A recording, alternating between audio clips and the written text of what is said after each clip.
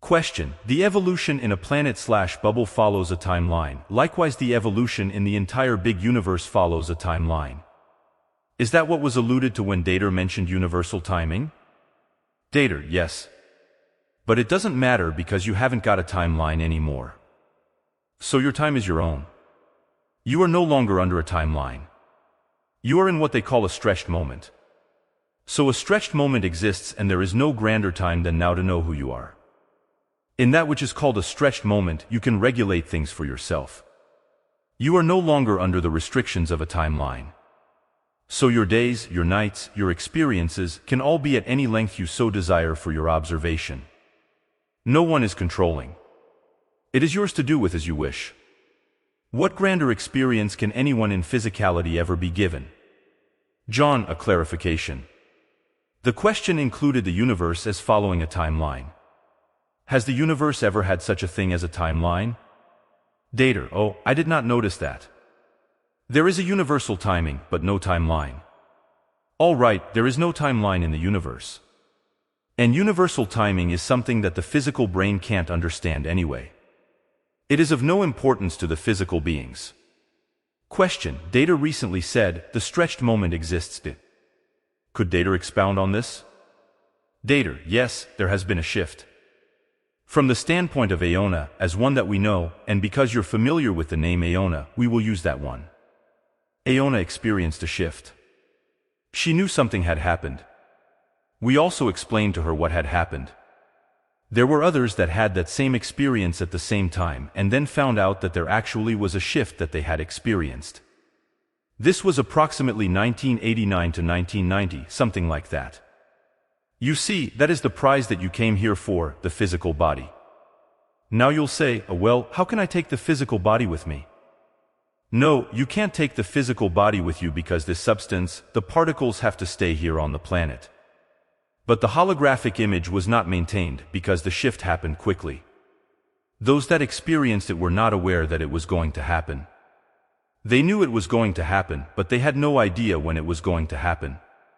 When they started comparing notes with others, the experience was the same. It was only a short span of something very unique. They did not bring back the memory. When they were asked, did you take part in the shift? Was that what that was? Yes, that's what that was. Then in comparing notes with others and then checking with Datre, they were told that there had been a shift. There were so few people that it was insignificant. So they all look at it as a trial run. The completed shift has not taken place. Now the timing has had to be coordinated with everything else. There was a small opening that the timing was right. It is like an atomic bomb sort of thing. You can't have an atomic bomb explode like the big one over in Japan unless everything is right. Contrary to what you think you can do, you can't. Everything has to be in complete synchronicity. And that lasts for a very short period of time. You can call it a window. That is why atomic bombs will explode and some won't explode. Your governments know all about that. I'm not saying anything they don't know about, because that's how they can do it. It is the same way when other things happen. Universal timing has to be right. This time it is going to be a window that will be open for a longer period of time. There are going to be more events that are going to be leading up to it. More things that you can visually see that will be happening in your skies. So that is what that was all about. This is your stretched moment. Question. Datre has said that there is no time anymore. How can that be? Datre, that is correct. There is no time. Somebody will say, you have said many times that there is no time. That is true. But there is something that is called a universal timing that has always been taking place.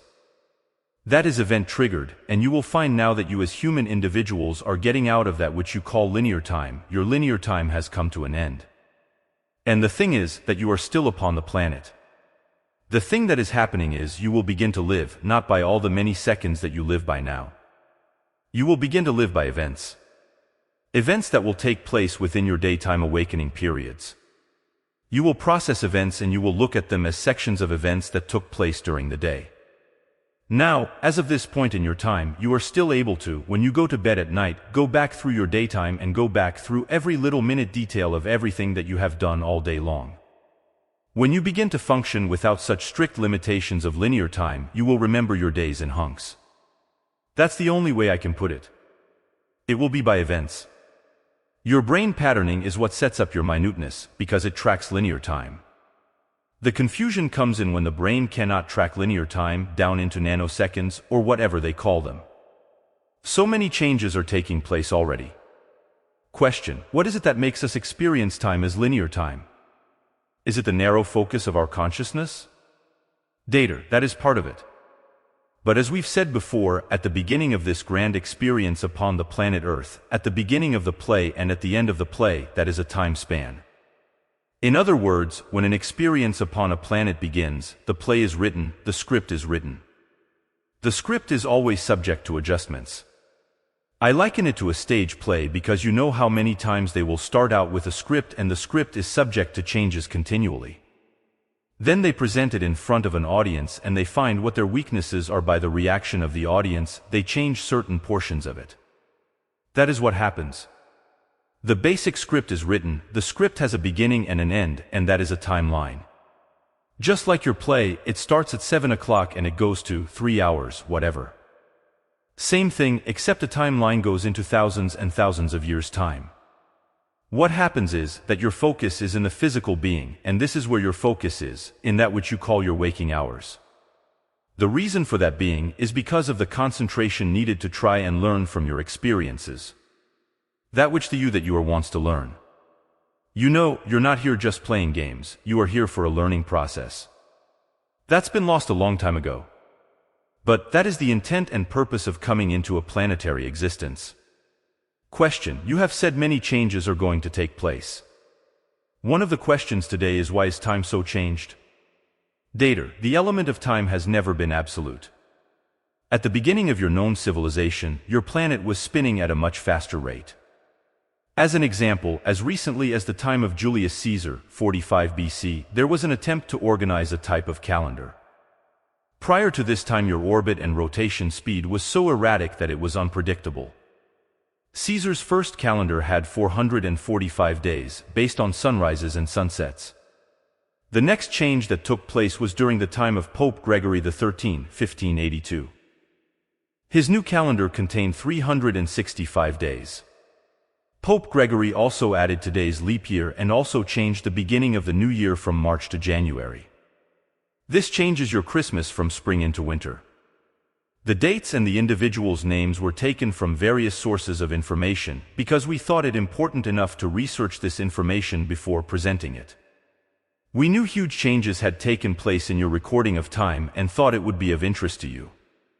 Your planet is slowing down even more and constant adjustments are still being made to make your illusionary time consistent. It has been said that not only does time change, but your past and future also change. The reason you don't notice the change is that you change with it. The words have been used so many times that you don't pay any attention to them. You were, you are, you will be. Then look at the other one, there's no time. Everything is happening. There's no beginning and no end. You put time, linear time, on events so that you can keep track of where you are. As you begin to change, you'll find that those lines become very blurred. A day is no longer a day, it's just a group of events. You wake up in the physical construct, you have events and events and events and events. Then pretty soon the sun goes down and it's time to put the body down so it can rest and repair itself, and you leave. You look at the clock from time to time to see where you are and that sort of thing. But the more you get into living events, you'll find that clock time and events don't fit.